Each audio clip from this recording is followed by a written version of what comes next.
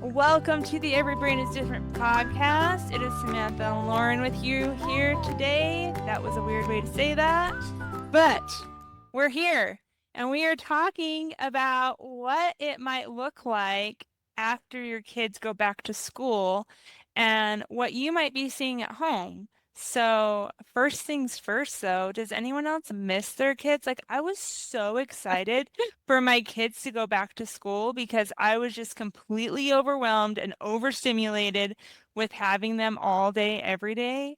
A lot of my friends homeschool. I'm like, how? How do you do that? You Like, do that? I would lose my mind. So I was kind of excited for my kids to go back to school, but they have been gone. They went back to school last Wednesday. And the first few days, I was like, oh, like I was just like Getting back into the getting routine back at into my school. routine and everything, and it was good. But then yesterday and today, I miss What are my my kids babies? so much. Yeah. So my boys have been in school for a few years now, but my daughter just went to school this year, and I'm like, I miss my little buddy. Like I Yeah, liked it. Yeah. I was just I gonna ask if she's going full time now. I can remember yeah, she's what full stage she time. was at. Yeah, and I think she misses me too because like yesterday she came home and did not leave my side for 3 hours after she got home. And the only reason why she left my side was because her dad asked her if she wanted to watch a show on Netflix. And she was like, yeah. But like we danced to Taylor Swift and she would not let me like dance by myself. I had to be holding her while we Oh, danced. And then we did tumbling routines and all this stuff. And she was just like, Mom. So I think the feeling is mutual that we both yeah, like just really miss each other. So it will get some getting used to for sure. But I was like, oh, quick I'm so transition. excited. Yeah, yeah. And so that's what we're talking about today is the transition when your kids go back to school and what you might be seeing and what they might be doing that you might be like, what? Where did my child go? So, for example, if your kid comes home from school and they were an angel all day at school and then they come home and they just have meltdowns over the smallest things, that means you are a fantastic parent. Yeah, Don't forget yes. that. It means that you are their safe place. They don't have to mask anymore. They can just let their feelings out. And I don't want kids to mask at school, but often kids do mask their feelings, mask their behaviors. And when we say mask, let's say they need to use a fidget at school, but they don't have a fidget. And so they're just going to make themselves hold still. Like that is masking what they truly need. Or instead of having a meltdown over something, they mask it. And so then it just builds and builds and builds and builds. And then they get home and the smallest little thing sets them off because they've been masking all day. And like that just builds Yeah. up. The stress builds up. I think sometimes they might not even realize like that they're doing it, that they're masking until they get to that safe space of home, and then they know they have that unconditional love from mom or dad or whoever the caregiver might be. Yeah. Unloads. Yeah, yeah, for sure. So I knew someone, and I've said this before on the podcast, but it's been a while and I'm going to say it again. She was in high school and she had the craziest meltdowns when she would get home from school. And her mom was like, why? What is going on? You are so calm during school and you're so congenial and so happy. And then you come home and you're just angry. And she said, Mom, I can keep it together at school or I can keep it together at home. Where would you like me to keep it together? Because I'm around stupid people all day long at school. And so just realize that your kids are trying to hold it together because they know that's what's socially appropriate and then they're just overwhelmed when they get home. So the best thing you can do is just validate their feelings, let them know that it's okay, help them with coping skills, obviously. Like we don't want them having Yeah. meltdowns, but help them with their coping skills and help them understand, okay, you're upset. Here's what we do when we're upset. And remember to practice that when they're not upset. So, at the beginning of the day, while you're doing their hair, be like, what are you going to focus on today When you get upset, what are you going to do so that you can calm down and talk through the things that they can do? And you can practice breathing. There, okay, I just saw this on Harkla. Harkla, not a sponsor. Maybe they should be because they are amazing. I I took a course from them about sensory processing and to do activities. Like there's activities that you can do with your kids who have trouble with sensory processing, and they help all the senses integrate together, which if your kid is having meltdowns, that's a fantastic thing to do because you're having a meltdown because you're overstimulated. And so if all your senses can work together, you'll be less overstimulated. So Yeah. now I'm on their email list and I might go broke because today they sent out a thing and they're like, look at all our sensory like things that we can have. And they have blankets and stuffed animals, like weighted blankets, weighted stuffed animals, and like this thing that like hugs you. But what I was going to say is they have these dice that you can roll, and it's a movement break that you can do. So if your kid needs movement, or if they're going to have a meltdown and they just need movement, that's one of the coping skills that they have. You can just give them the dice and be like, roll the dice and see what movement we're going to do. Or they also have cards, they have sticks, they have all different things Kind of for brings in sensory activities. the Yes. gameplay as well. Yeah. Yeah. I'm going to talk to them and see if they will be a sponsor. So, yeah, that's coming. Maybe. Anyway, we'll see if we We're can just get put you. it out there. Good vibes. We'll see if we can get you all a discount. How about that? That would be cool. That would be nice. Yeah. So keep listening because maybe we're going to get a sponsor. Who knows? Or at least just a discount code for y'all. That'd be cool. But yeah, so practice coping skills before you need the coping skill. And then when they get home from school, make sure they're fed. Mhm. Make sure they drink some water. Maybe I heard this thing on TikTok. This mom was super upset because her kindergartner didn't drink water all day because he didn't know that he had a water bottle. He didn't take it out of his backpack, and so he drank no water the entire day. And he got home and he's, Mom, I'm so thirsty because he didn't realize that she packed him a water bottle. Out of So sight, out of mind. yeah, pack your kids a water bottle to go to school.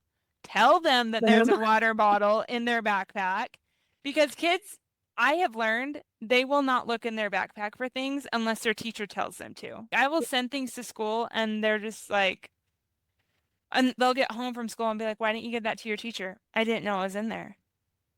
I told you before you went to school that it was in there. But, so You get a little sticky note. yeah. Teacher, please check my kid's backpack. No, I will write an email to the teacher and say, I sent this to school in my kid's backpack. Please get it out. And maybe send an email to the teacher and just say, please tell my kid to get his water bottle out. Obviously, don't send that every day. Remind your kid, but maybe at the beginning of the year, you can ask the teacher and see what they'll do. Yeah. I don't want teachers to come at me though and be like, don't tell parents to email us and tell them to get their kid a water bottle. I don't know if teachers actually want me saying that, but you can try and see what happens. Blame Sam. And then blame me and be like, Sam said to do it. Yeah. But make sure when your kids get home from school that they have water, that they have a snack, because sometimes you send kids to school with a snack and they don't eat the snack, or they don't have time to eat lunch. And so They didn't get it they're in hungry. that Yeah. 15 minutes that we told you to practice. Yeah. My daughter came home from school and she was like, I had to throw half my lunch away. And I'm like, why? And she said, because I didn't have time to eat it. And I'm like, so we need to practice. We're going to practice putting time limits on her food so that at mealtime, so that she can learn to eat a little bit faster. I think that school should have longer lunch periods, but I don't know how they would with how many kids they have to feed in that short amount of time. So until they figure out a different solution, we're just going to have to teach our kids to eat faster, I guess. Yeah. But make sure they have food, make sure they have water, and give them some downtime. Like we talked about last week too. You don't have to make memories every day. You don't have to make like lifetime memories every day. It's okay for them to come home and just Chill. live, just chill. If they need some screen time, give them some screen time. Like we've talked about before, especially kids with PDA. Sometimes screen time is how they decompress and they actually need that screen time. For other kids, it might make them worse if they have screen time. You just have to figure out what works for your kid. But don't be afraid to give them screen time if that's what they need to just decompress, dissociate for a Yeah. while, and just check Not out, for the rest of the night. Don't Yeah. do your, Yeah. but Yeah. Hey everyone, Samantha here, and I'm thrilled to invite you to join me for something special, the Parenting Power Hour. This is your chance, parents of neurodivergent kids, to bring your questions directly to me and fellow parents in the room.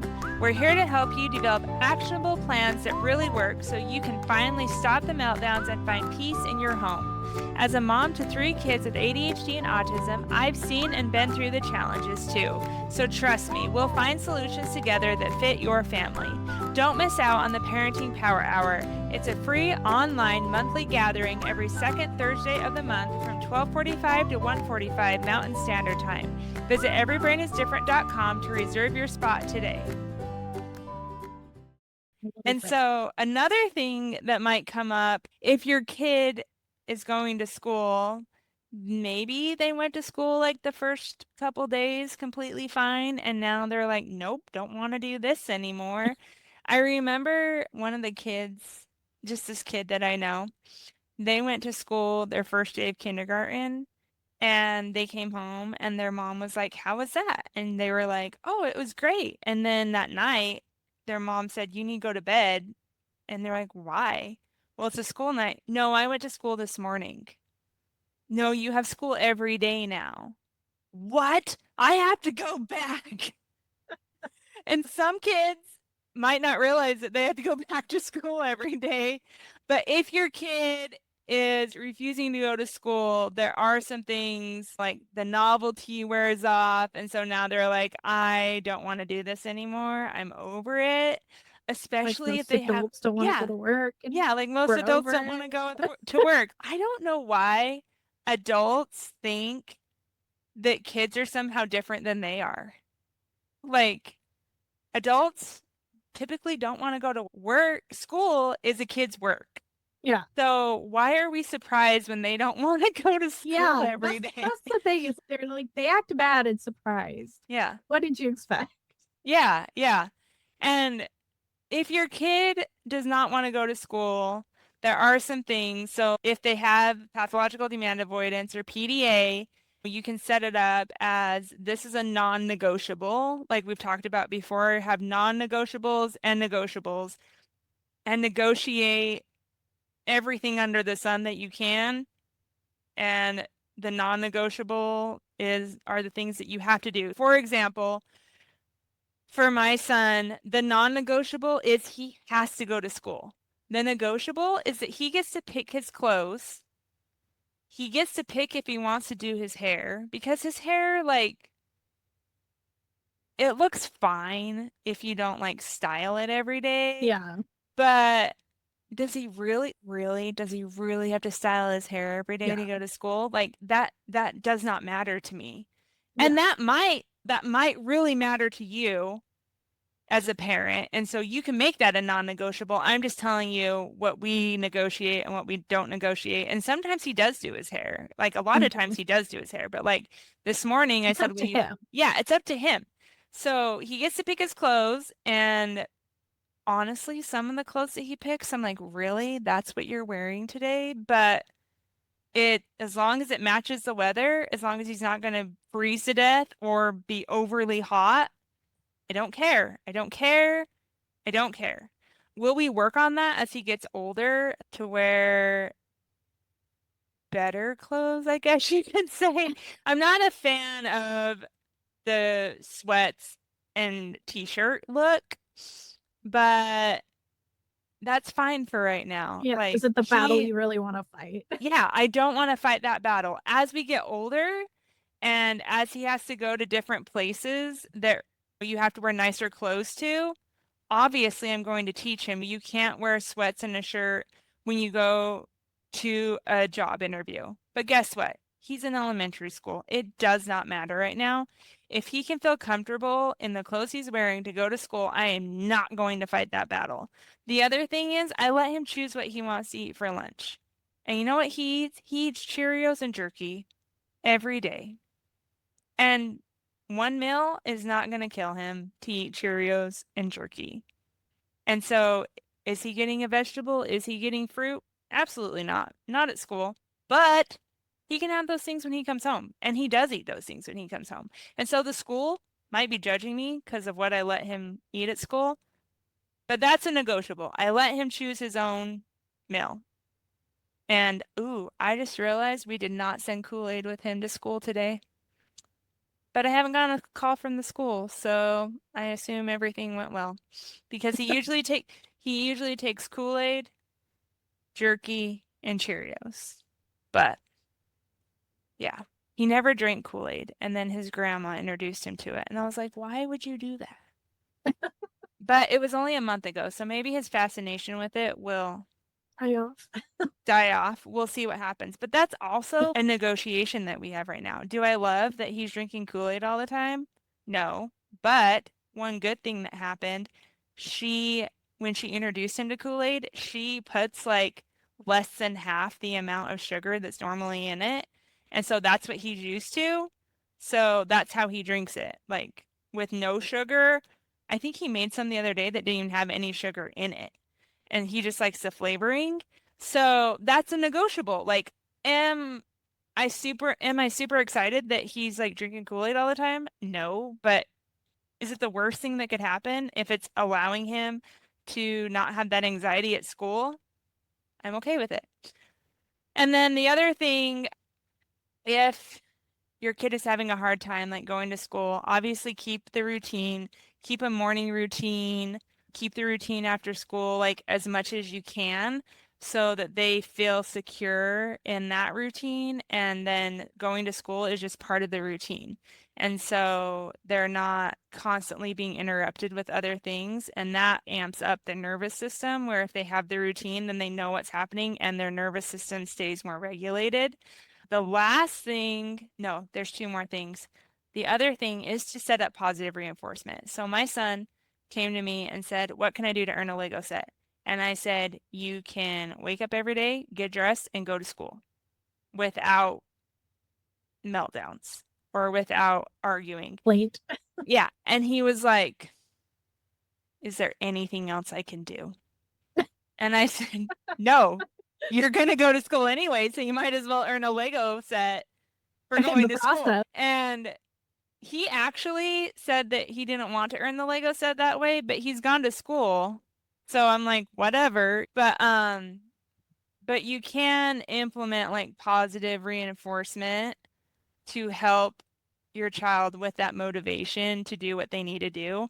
Um, Honestly, it doesn't work for some kids. Like for my son, if he doesn't want to do something, there is no positive reinforcement in this world that will make him do something that he doesn't want to do if he's decided that he's not going to do it. Like, there's nothing that when he gets it in his brain, we have to try other ways because positive reinforcement is not it. But for my other kid, positive reinforcement is king. Like, you can say, "I will let you have more screen time if you do this." He will do it every time.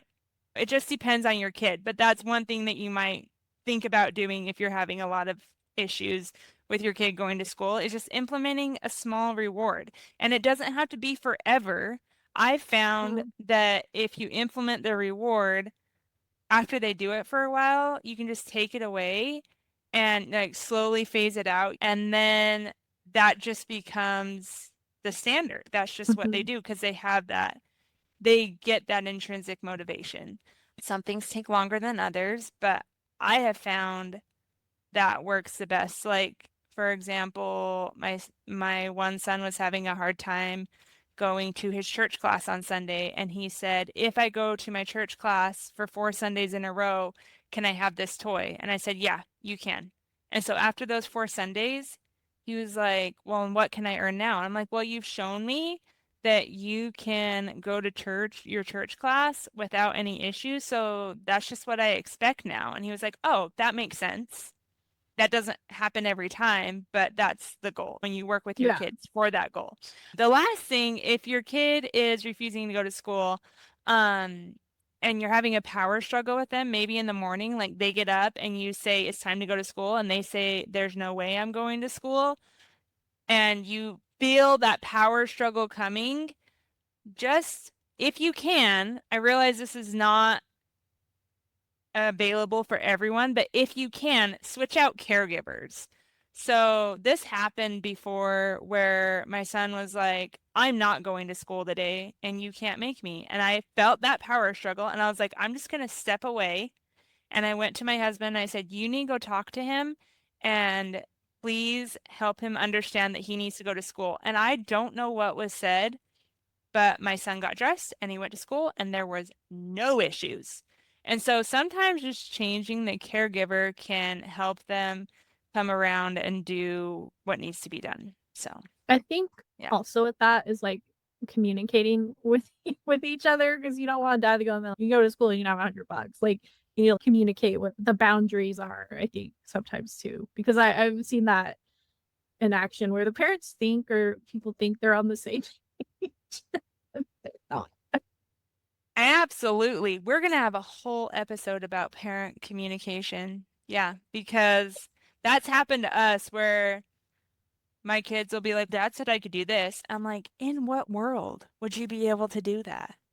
And their dad did say that they could do it. And I'm like, why would you ever say that? Like, to me, it was completely obvious that no, that's not an option. But to him, he was Yeah. like, well, this is an option. Or sometimes, like, we were on vacation once and my son asked for soda at 11:30 and my husband was like, "No, we don't have soda until noon."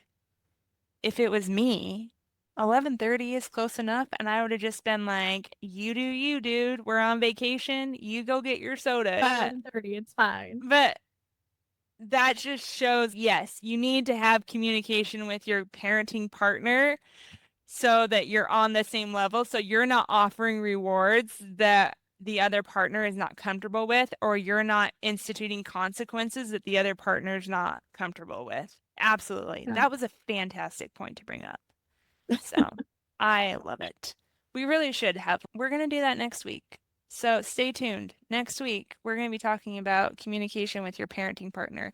And if your parenting partner and you do not live together, how does that communication work? And if you both are neurodivergent. And if you're both yeah. Yes. So stay tuned for that. But that is our episode for today. So just to wrap up, if your child is having meltdowns when they come from school, realize that it's because you're their safe place and you're being a great parent and they just feel safe having meltdowns with you. And so you can practice coping skills with them. You can make sure they are fed. You can make sure they have enough water and their sensory system, like they have enough sensory input. And then if your kid is refusing to go to school because the novelty's worn off and they are just over it, then create non-negotiables and negotiables. Like, what can you negotiate about going to school? Set up positive reinforcement if you have not done that, and then keep the routine the same so they feel secure knowing what's going to happen for the most part. And then when you feel a power struggle coming, if at all possible, switch caregivers that are talking to the child so that you don't get into a power struggle, because you definitely don't want to do that. And if you have any questions, you want to talk through things, whatever you want, you can join our neurodivergent parenting community at everybrainisdifferent.com. And we hope you have a great week.